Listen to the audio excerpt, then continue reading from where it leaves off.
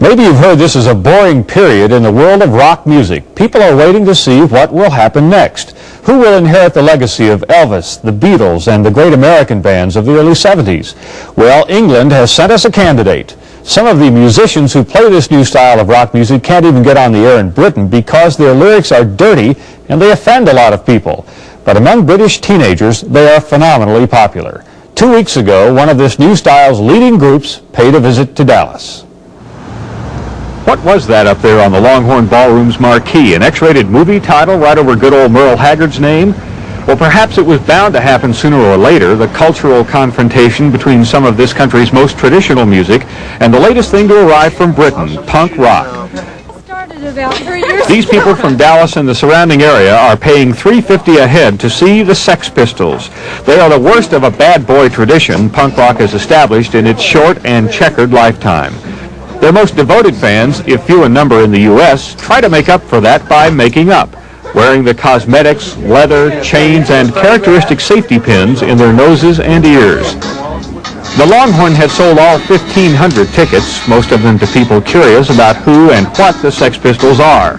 People who grew up on a diet of Elvis, the Beatles, or Kiss.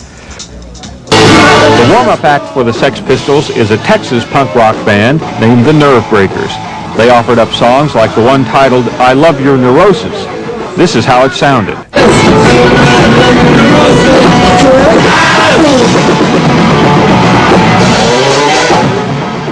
And that's how all their other songs sounded according to the punk rock style. Loud and driving, lyrics lost in the distorted noise exploding from the loudspeakers. But the Nerve Breakers were only the warm-up act. The best or worst, depending on your point of view, was yet to come. There was a lot of milling around between acts, people waiting for the Sex Pistols, when suddenly they were there. The lead singer, Johnny Rotten.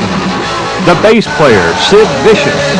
The two most dynamic or offensive in the group, again depending on your personal tastes.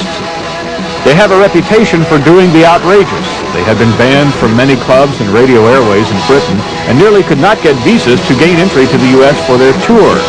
But if the audience expected and wanted outrage, it was disappointed.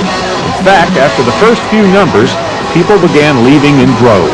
It's just the unknown. People want to go see what they're all about, and once you know, you don't want to go back. They're pitiful. What are you going to tell your friends now? Punk rock's a joke. I have nothing against effective marketing, and I'm sure that's what it is. They're making money. They established their fandom by saying that they're against making money and against any kind of establishment, and yet they themselves are doing it. They themselves are making money. They took your money. They took our money. Yeah. I will never go see them again. I will never buy an album again. The Sex Pistols played on under the countenances of country and western greats whose portraits looked down on the devoted who had stayed.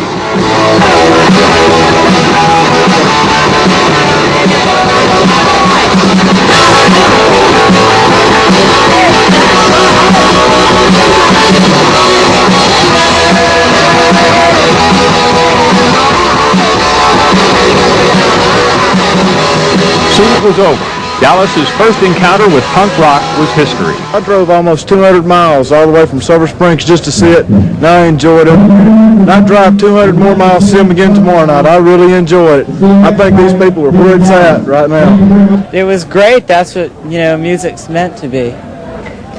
I think that's where rock is going and where it's going to stay. So what you're doing tonight is kind of making the scene, right? Yeah. It's just life is so intensely profound, like the Sex Pistols are. Their lyrics and everything about them is so deep, you can just really get into them. To counter the Sex Pistols' reputation for not giving interviews, bass player Sid Vicious came out to tell reporters a little bit about his personal background. When I was 12, I was just a kid. When I was 13 to 15, I was a skinhead. From 15 to 20, I've been a punk. And nobody argued with that. Vicious allowed as how his favorite musician and singer is Paul McCartney, someone usually given to the sweeter strains of Yesterday or Michelle. As Vicious and his friends departed, we asked Doug Groom, the son of Longhorn Ballroom owner Dewey Groom, to compare his usual country music fare with punk rock. It was awful loud, real loud. It sounded like rock and roll along, a few years ago and listened to punk rock. Groom flinched there because somebody had yeah. just spit on him. Maybe that's what punk rock is about, spitting on people. Maybe so. Yeah, I don't know what to say now. Warner Brothers Records hopes the Sex Pistols tour will increase record sales in the U.S. At the time of their Dallas appearance, they were holding steady in 108th place in album sales, according to Billboard magazine. The Sex Pistols and myriad other punk rock groups will have to do a lot better before the music world takes them seriously. Bruce Halford, Channel 8 News.